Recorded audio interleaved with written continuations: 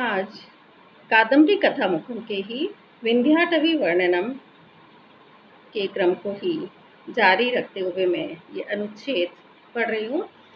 प्रेताधिप नगरी एव सदा सन्निहित मृत्यु भीषणा महिष अधिष्ठिता च समर उद्यत पताकिनी इव बाणासना आरोपित शिलीमुखा विमुक्त सिंहनादा च कात्यायनी इव प्रचलित खड्ग भीषणा रक्तचंदन अलंकृता च कर्णी सुतकथा इव सन्निहित विपुल अचला शश उपगता च कल्पांत प्रदोष संध्या इव प्रनृत्य नीलकंठा पल्लव अरुणा च अमृत मथन वेला इव श्री द्रुम उपशोभिता वारुणी परिगता च प्रावृड इव घन श्यामला अनेक शत हृद अलंकृता च।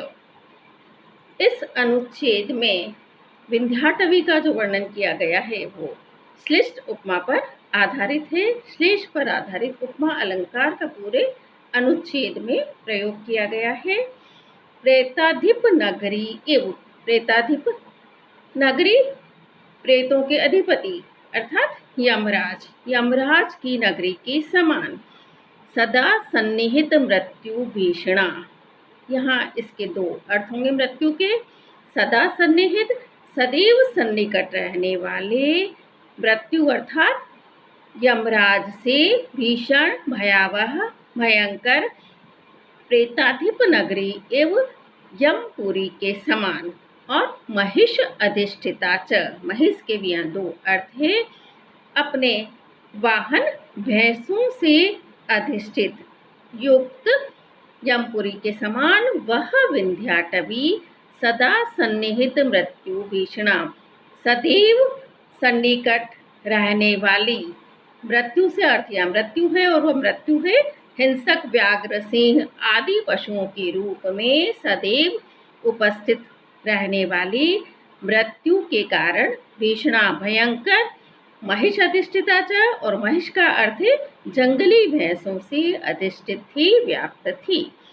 समर उद्यत पताकिनी इव बाणासना आरोपित शिलीमुखा विमुक्त सिंहनादा च।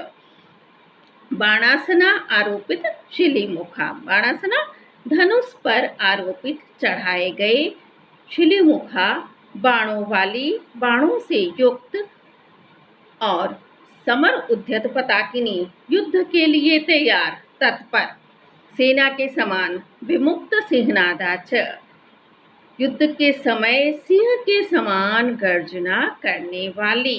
अर्थात बाणासना धनुष पर आरोपित चढ़ाए गए, शिलीमुखा बाणों वाली और सिंहनादा विमुक्त च, सिंह के समान युद्ध के पहले की गर्जना से युक्त, सिंह के समान गर्जना करने वाली, युद्ध का नाद करने वाली, समर उद्यत पताकिनी इव युद्ध के लिए तत्पर तैयार सेना के समान वह विंध्याटवी बाणासना आरोपित शिलीमुखा। बाणासना से विंध्याटवी के संदर्भ में अर्थ है बाण और असन वृक्षों पर आरोपित अर्थात स्थित अवस्थित, शिलीमुखा शिलीमुख से तात्पर्य है या भंवरे।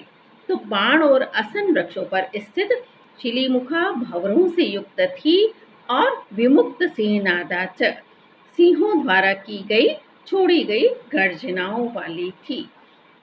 कात्यायनी एवं प्रचलित खड्ग भीषणा रक्त चंदन अलंकृता च।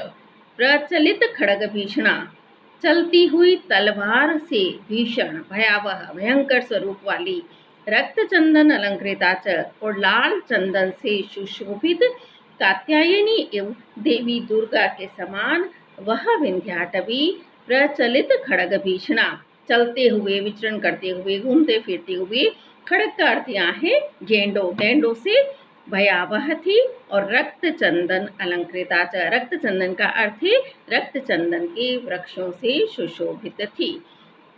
कर्णी सुत कथाइव सन्निहित विपुल अचला शश उपकथा च। सन्निहित समीपवर्ती, विपुल अचल अपने साथ रहने वाले, विपुल और अचल नामक मित्रों से युक्त और शश उपगता शश नामक मंत्री से युक्त कर्णीसुत कथा एवं कर्णीसुत की कथा के समान। चौर्य शास्त्र के प्रवर्तक थे कर्णीसुत, तो कर्णीसुत की कथा के समान वह विंध्याटवी सन्निहित विपुल अचला, सन्निहित यानी अपने समीपवर्ती, विपुल अचला, विपुल यानी विशाल, अचल यानी पर्वत, विशाल काय पर्वतों से युक्त थी। और शश उपगता च, शश का अर्थ खरगोश भी होता है और न्यग्रोध वृक्ष भी होता है, तो खरगोशों से व्याप्त थी, भरी हुई थी। कल्पांत प्रदोष संध्या एवं प्रनृत्य नीलकंठा पल्लव अरुणाच। कल्पांत अर्थात प्रलय काल, प्रलय काल की प्रदोष संध्या, प्रदोषकालीन संध्या के समान। वह प्रदोषकालीन संध्या कैसी थी? प्रनृत्य नीलकंठा, प्रनृत्य प्रमोद से नर्तन करते हुए, नीलकंठा शिव जी से युक्त, पल्लव अरुणा और पल्लवों नवीन किसलयों के समान लाल वर्ण वाली कल्पांत प्रलय की प्रदोष संध्या एवं प्रदोषकालीन संध्या के समान वह विंध्याटवी प्रनृत्य नीलकंठा, प्रनृत्य प्रमोद से नृत्य नाचते हुए, नीलकंठ का दूसरा अर्थ है मोर, मयूरों से युक्त थी। और पल्लव अरुणाच, पल्लव नवीन किसलयों से, अरुणा लाल लालिमा से युक्त थी, लाल वर्ण से युक्त थी। तो यहाँ प्रदोष का अर्थ है रजनी का मुख, संध्या काल का जो प्रारंभ होता है, उसके बाद जब रजनी प्रारंभ होने वाली होती है तो उसे प्रदोष काल कहा जाता है। अमृत मथन वेला एवं श्री ध्रुम उपशोभिता वारुणी परिगता च। अमृत मथन वेला एवं अमृत मंथन की वेला के समान, श्री ध्रुम उपशोभिता, श्री श्री अर्थात लक्ष्मी, ध्रुम से तात्पर्य कल्प वृक्ष, लक्ष्मी और कल्प वृक्ष से उपशोभिता सुशोभित, वारुणी परिगता च, और वारुणी का अर्थ है मदिरा, मदिरा से परिगत, परिगत यानी व्याप्त। अमृत मथन वेला एवं अमृत मंथन की वेला के समान वह विंध्याटवी श्री द्रुम, पूरे संयुक्त शब्द का अर्थ है बिल्व वृक्ष, बेल वृक्ष से सुशोभित, और वारुणी परिगता च, वारुणी का अर्थ है पश्चिम दिशा, पश्चिम दिशा तक फैली हुई थी, पश्चिम दिशा तक व्याप्त थी। अब अमृत मंथन की पौराणिक कथा को यहाँ कवि ने संदर्भ के रूप में लिया है। और प्रावृड एवं घन श्यामला अनेक शतरिद अलंकृता च, प्रावृड एवं वर्षा ऋतु के समान, घन श्यामला बादलों से, घन से तात्पर्य बादल, बादलों से श्यामल श्याम वर्णी, अनेक शित सैकड़ों, शित शित मतलब सैकड़ों, रिद बिजली सैकड़ों बिजलियों से सुशोभित। तो बादलों से श्याम वर्णी और अनेक शतरिद अलंकृता, सैकड़ों बिजलियों से सुशोभित, प्रावृड एवं वर्षा ऋतु के समान वह विंध्याटवी घन श्यामला, वृक्षों की सघनता से श्याम वर्णी, श्यामल बनी हुई, और अनेक शतरिद, रिद का दूसरा अर्थ सरोवर, अनेक सरोवरों से सुशोभित थी। तो यहाँ श्लिष्ट उपमा का प्रयोग करके कवि ने विंध्याटवी के सुंदर वर्णन को प्रस्तुत किया है। उस वर्णन में श्लिष्ट उपमा से चमत्कार की सृष्टि हुई है, चारुता आ गई है, सौंदर्य का सृजन हो गया है। श्लिष्ट उपमा अलंकार शाब्दिक क्रीड़ा के रूप में कवि ने यहाँ प्रयोग किया है। कवि की वर्णन शैली के 3 स्तर रहे हैं। किसी भी वस्तु का पहले स्वाभाविक वर्णन, फिर उपमा और उत्प्रेक्षा के द्वारा उसके आंतरिक सौंदर्य का उद्घाटन करते हैं, और फिर श्लिष्ट उपमा, परिसंख्या, विरोधाभास आदि के द्वारा उसमें चमत्कार की सृष्टि करते हैं। तो यहाँ चमत्कार की सृष्टि करने का काम ही कवि ने श्लिष्ट उपमा के द्वारा किया है। लेकिन ये श्लिष्ट उपमा अलंकार भी कहीं भी दुरूह नहीं हुआ है, अपितु कवि के द्वारा कथ्य विषय वस्तु को और अधिक सुंदर रूप से प्रतिपादित करता है। यहाँ कात्यायनी का कवि ने प्रयोग किया है, कात्यायनी दुर्गा देवी, तो इससे कवि दुर्गा देवी के भक्त भी प्रतीत होते हैं, दुर्गा देवी के प्रति उनकी अपार श्रद्धाएं सुशोभित होती है। और बाण और असन, रक्त चंदन का वृक्ष, ऐसे अनेक वृक्षों का, बिल्व वृक्ष, इन वृक्षों का कवि ने उल्लेख किया है। तो कवि का ज्ञान इनसे संबंधित यहाँ उजागर होता है। उनकी सूक्ष्म निरीक्षण शक्ति भी यहाँ प्रकट होती है। विभिन्न पौराणिक संदर्भों से कवि ने अपने पांडित्य का सुंदर परिचय यहाँ दिया है। अब अगला अनुच्छेद में पढ़ रही हूँ। चंद्रमूर्ति इव सततरिक्षम सार्थ अनुगता हरिण अध्यासिता च राज्य स्थिति इव चमर मृगबाल व्यजन उपशोभिता स मदगजघटा परिपालिता च गिरितनया इव स्थाणु संगीता मृगपति सेविता च जानकी इव प्रसूत कुशलवा निशाचर परिग्रहिता च कामिनी इव चंदन मृगमद परिमल वाहिनी रुचिर अगरु तिलक भूषिता च सौत्कंठा इव विविध पल्लव अनिल विजिता समदना च बालग्रीवा इव व्याघ्र नख पंक्ति मंडिता गंडक आभरणा च पानभूमि इव प्रकटित मधुपोषक शता प्रकीर्ण विविध कुसुमा च। उसी क्रम को यहाँ आगे बढ़ाया गया है श्लिष्ट उपमालंकार के साथ। चंद्रमूर्ति इव सतत ऋक्ष सार्थ अनुगता हरिण अध्यासिता च। सतत निरंतर, ऋक्ष का अर्थ है नक्षत्र, सार्थ समूह, नक्षत्र समूह से अनुगत व्याप्त और हरिण अध्यासिता च मृग लांछन से चिन्हित, अध्यासित हरिण के चिन्ह से युक्त चंद्रमूर्ति इव चंद्रमूर्ति के समान, चंद्रमा की आकृति के समान, चंद्रमा की मूर्ति के समान वह विंध्याटवी सततम वृक्ष सार्थ अनुगता। सतत निरंतर, वृक्ष का अर्थ यहाँ है भालू, भालू समूहों से व्याप्त थी और हरिण अध्यासिता च, हरिणों से मृगों से अधिष्ठित थी। राज्य स्थिति है चमर मृगबाल व्यजन उपशोभिता स मदगजघटा परिपालिता च। चमर मृग बाल व्यजन उपशोभिता, चमड़ी मृग के बालों से बने हुए व्यजन, व्यजनी ने पंखे, चमरों से सुशोभित स मदगजघटा, मदोन्मत, मद जल स्त्रावी, गजघटा, घटा अर्थात समूह, गज समूह से परिपालिता परिरक्षित, राज्य स्थिति है राज्य की मर्यादा के समान वह विंध्याटवी चमर मृग बाल व्यजनों को शोभिता, चमड़ी मृगों के बालों रूपी पंखों से सुशोभित थी और समद गजघटा परिपालिता, समद गजघटा मदोन्मत्त मदस्त्रावी गज समूहों से रक्षित थी। गिरी तनया एवं स्थाणु संगता मृगपति सेविता च, स्थाणु से युक्त, शिव जी से युक्त, मृगपति सेविता च और सिंह का वाहन के रूप में सेवन करने वाली सिंह वाहिनी गिरी तनया हिमालय की पूर्व पुत्री पार्वती के समान वह विंध्याटवी स्थाणु संगता, स्थाणु अर्थात ठूंठ, ठूंठ वृक्षों से युक्त और मृगपति सेविता च, मृगपति सिंहों द्वारा सेवित थी।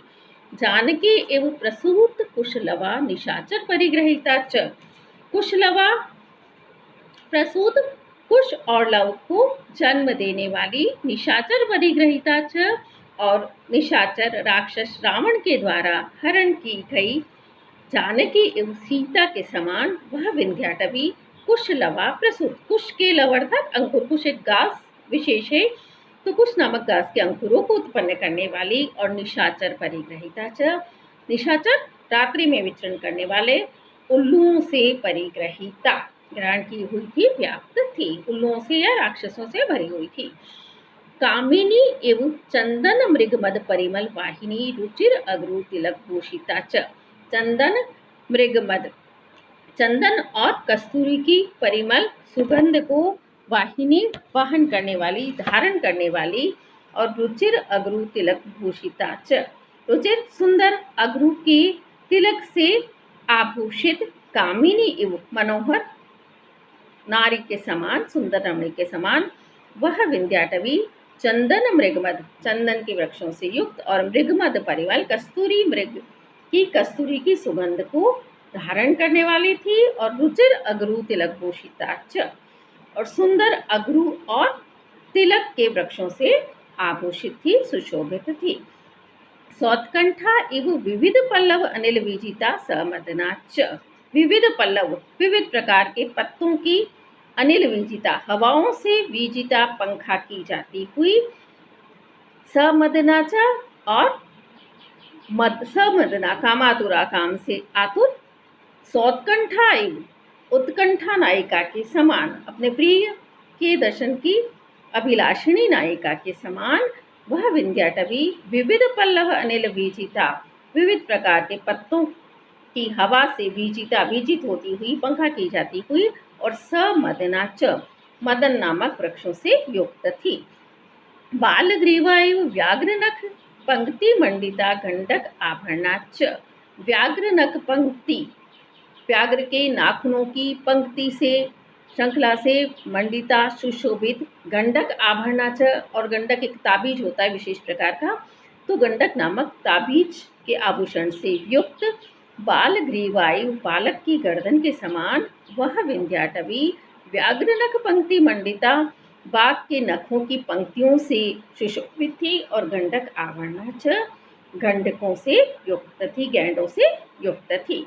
पान भूमि एवं प्रकटित मधु पोषक सता प्रकीर्ण विविध कुसुमाच, पान भूमि एवं मदिराशाला के समान, मध्यशाला के समान, प्रकटित मधु कोशक सता, प्रकटित नहीं जहाँ प्रकट हो रहे थे, मधु कोशक सता, मधु अर्थात मदिरा, मदिरा के शता सैकड़ों कोशक यानी पात्र, तो मदिरा के सैकड़ों पात्र जहाँ प्रकटित प्रस्तुत हो रहे थे, प्रकट हो रहे थे, प्रकीर्ण विविध कुसुमाचा, और जहाँ विविध प्रकार के फूल प्रकीर्ण बिखरे हुए थे, ऐसी पान भूमि मध्यशाला के समान वह विंध्याटवी प्रकटित मधु कोशक सता, सैकड़ों मधुमक्खियों के, कोशक यानी छत्तों को प्रकट करने वाली थी, से युक्त थी, और प्रकीर्ण विविध कुसुमा, और बिखरे हुए विविध फूलों से युक्त थी। तो यहाँ भी श्लेष पर आधारित उपमा अलंकार के द्वारा कवि ने विंध्याटवी का सुंदर चित्रण प्रस्तुत किया है। साथ ही तत्कालीन समाज की झांकी कवि ने प्रस्तुत की, सामाजिक मान्यताओं और प्रथाओं को कवि ने प्रस्तुत किया है। नायिकाओं के प्रकार बताए हैं, उत्कंठा नायिका और कामिनी, ये सभी साहित्य शास्त्र के विषय हैं, तो साहित्य शास्त्री पांडित्य भी कवि का यहाँ सूचित होता है। तत्कालीन प्रथा और सामाजिक मान्यताओं को भी कवि को ज्ञान था, यह भी सूचित होता है। और वह समय विलासिता का युग था, स्त्रियां अगरू जो सुगंधित पदार्थ है, चंदन है, इनका लेप करती थी। साथ ही पौराणिक संदर्भों के माध्यम से भी सुंदर वर्णन कवि ने किया है। रामायण का संदर्भ यहाँ कवि ने प्रस्तुत किया है। अगरू, तिलक, मदन, चंदन आदि वृक्षों का भी कवि ने यहाँ परिचय प्रस्तुत किया है। तो कवि की वर्णन शैली का हमें सुंदर परिचय यहाँ पर प्राप्त होता है। साथ ही बाण का पांडित्य भी हमें यहाँ सूचित होता है। धन्यवाद।